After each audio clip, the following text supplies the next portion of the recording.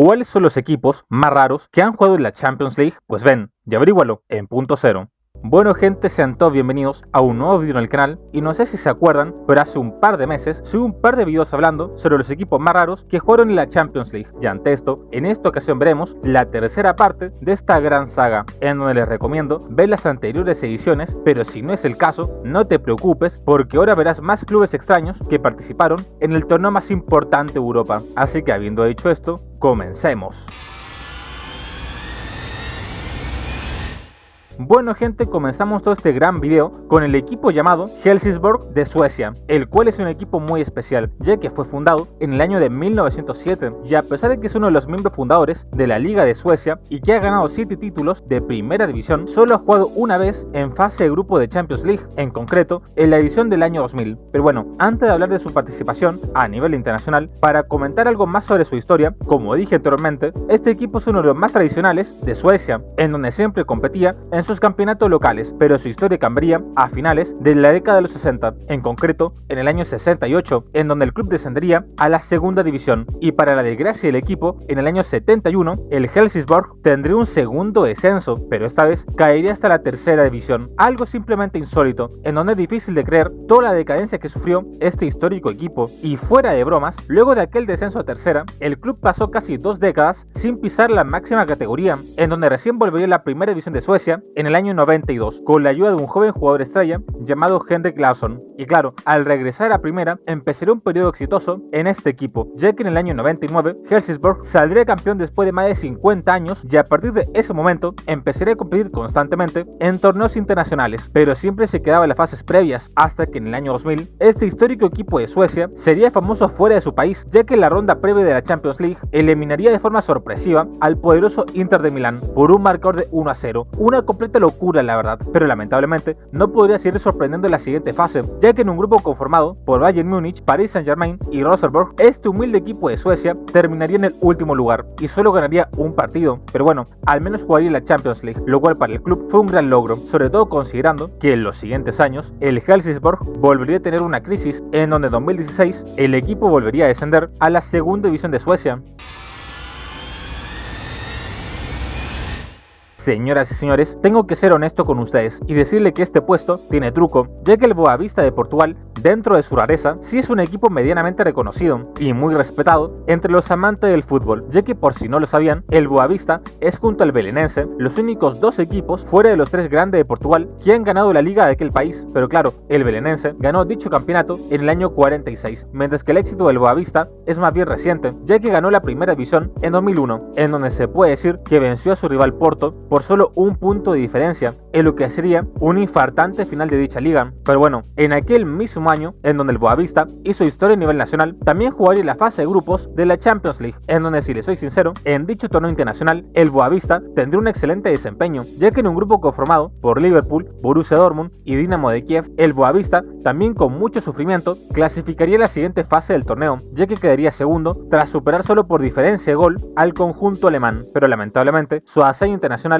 llegaría hasta ahí, debido a que en la segunda fase de grupos, este pequeño equipo portugués no sería rival para los poderosos equipos de Manchester United y Bayern Múnich. Pero bueno, después de aquellos años soñados, la verdad es que la historia del Boavista no ha sido la mejor, ya que el equipo atravesó una gran crisis financiera, la cual fue agravada por el descenso administrativo que sufrió en 2008, como consecuencia de un acto llamado Silbato Dorado, en donde se acusó al Boavista de sobornar a algunos árbitros, y ante esto, la liga portuguesa expulsó al equipo de la primera división, pero afortunadamente sería remitido en el año 2014, y a pesar de eso, actualmente el Boavista no le está pasando nada de bien, ya que en la presente temporada el equipo literalmente va último en la tabla de posiciones, y espero de todo corazón que este histórico equipo portugués pueda dar vuelta a la situación y salvar la categoría.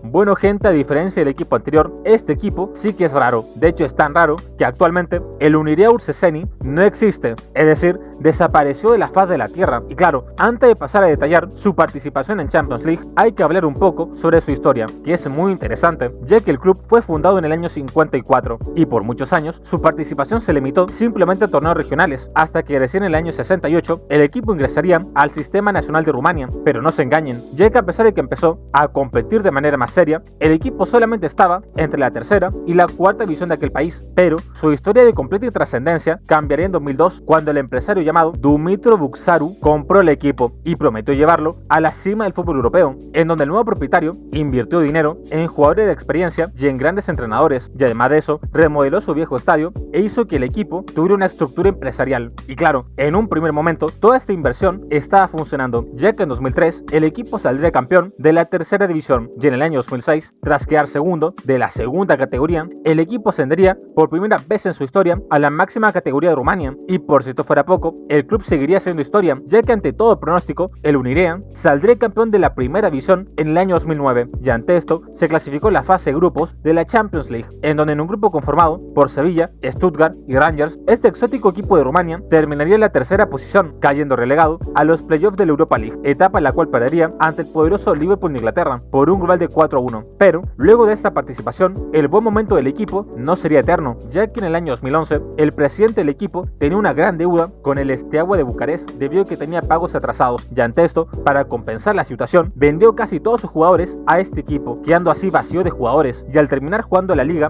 con futbolistas cedidos, obviamente el club terminaría descendiendo a la segunda división. Y por si esto fuera poco, luego de su descenso, la Federación Rumana le negó la licencia de equipo profesional y lo expulsó de sus competencias nacionales, lo cual provocó la desaparición del equipo. Ahora es momento de hablar sobre un club medianamente conocido, ya que cuando participaban los equipos rusos en la competencia de UEFA, jugó un exótico equipo de la Champions League, y es nada más y nada menos que el Gran Rubin Kazán, el cual originalmente fue fundado en el año 36 bajo el nombre de Dinamo de Kazán, pero su nombre fue cambiado debido al carácter militar y secreto de su fundación. Ya a partir del año 58 el equipo refundado y posteriormente se cambió el nombre que todos conocemos, y a partir de ahí el Rubin Kazán sería simplemente un equipo de relleno en el campeonato de la Unión Soviética, ya que a pesar de ascender a primera división en el año 65, el equipo nunca tuvo grandes campañas, en donde generalmente subía y bajaba entre la primera y la segunda categoría. Pero bueno, después de la caída de la Unión Soviética, el Rubin Kazán cayó relegado a jugar en la división de ascenso de la Liga Rusa, en donde básicamente el equipo estaba igual que antes, es decir, siendo simplemente un equipo de relleno, pero en esta ocasión teniendo grandes problemas económicos, lo cual no les permitía fichar a buenos jugadores. Pero su historia cambiaría a partir del año 96, en donde el alcalde de la ciudad de Kazán se convirtió en dueño y garante del club, lo cual hizo que el equipo creciera de forma exponencial. Y de hecho, en los años posteriores, Rubin Kazán ascendería por primera vez en su historia a la primera división de Rusia, en donde tras asentarse en la máxima categoría, el equipo decidió invertir más fuerte, y ante esto, fichó jugadores de gran calidad, con lo cual en los años 2008 y 2009, Rubin Kazán sería de forma histórica bicampeón del fútbol ruso, algo simplemente sorprendente, y ante esto, jugó 2 veces en la fase de grupo de la Champions League, en donde curiosamente, en ambas ocasiones, enfrentó al Barcelona, y además, en ambas ocasiones, terminó en la tercera posición y cayendo relegado a la Europa League, en donde en 2009 llegaría hasta octavo de final, cuando caería eliminado ante el Wolfsburgo, y en el año 2010 llegaría hasta 16avos, en donde perdería ante el Twente Holanda. Bueno gente, ahora es momento de hablar sobre un equipo exótico, pero solo para nosotros, ya que el Bate Borisov es ni más ni menos que el equipo más grande de Bielorrusia, puesto de que a pesar de que tiene menos de 30 años de vida, este pintoresco equipo ha ganado 15 veces la Liga de Bielorrusia, siendo sin discusión el más grande de aquel país. Y claro, hablando un poco sobre la historia de este equipo, a pesar de que fue refundado en el año 96, el equipo existió previamente en la antigua Unión Soviética, en donde el nombre de Bate es una sigla que significa Planta Eléctrica de Automóviles y Tractores de Borisov, en donde dicho esto, creo que queda más que claro el trabajo que realizaba este equipo. Y sobre sus participaciones internacionales, el Bate Borisov ha jugado 20 veces en competencias UEFA, pero solo en 5 ocasiones llegó a la fase de grupos de la Champions League, en donde su mejor participación fue en el año 2012, puesto que este gran equipo de Bielorrusia venció al poderoso Bayern Múnich por un marcador de 3-1, y con este épico resultado quedaría en la tercera posición de su grupo, cayendo relegado a los playoffs de la Europa League, en donde lamentablemente perdería ante el Fenerbahce por 1-0, y a día de hoy el Bate Borisov sigue participando constantemente a nivel internacional, pero solo en la Conference League, la cual es una competencia de tercer orden. Atención todos, porque en esta ocasión veremos un equipo joven que está haciendo muy bien las cosas en el fútbol danés, ya que como ustedes bien saben, los equipos más grandes y más ganadores de Dinamarca son el Copenhague y el Brøndby, pero en estos últimos años, el pequeño equipo de Midtjylland, el cual fue fundado en el año 99, se ha convertido en un duro club a vencer en la liga de aquel país, ya que hasta el momento ha ganado 4 títulos nacionales y además ha sido campeón en 2 ocasiones de la Copa de Dinamarca. Y claro, para hablar un poco sobre la historia de este equipo, podemos decir que el Midtjylland fue fundado por Johnny Tony Roonen, quien era literalmente un carpintero y propietario de una empresa privada en la industria del suministro de madera. Y claro, este equipo, el cual es apodado como los Lobos, es demasiado precoz, ya que en su primer año de vida ascendió a la Superliga de Dinamarca, haciendo un récord de puntos en la categoría de ascenso. Pero luego de asentarse en la primera división, Matthew Benham, quien es propietario de un par de clubes ingleses, se convirtió en dueño del Midtjylland y prometió llevar al equipo al siguiente nivel. Y justamente al año siguiente, los Lobos ganarían su primer título de la liga danesa, y a partir de ahí el equipo no pararía y siempre competiría tanto a nivel nacional como internacional, en donde, hablando sobre su participación en la Champions League, hasta el momento su única participación en la fase de grupos sucedió en el año 2020, en donde enfrentó al Atalanta, Liverpool y Ajax.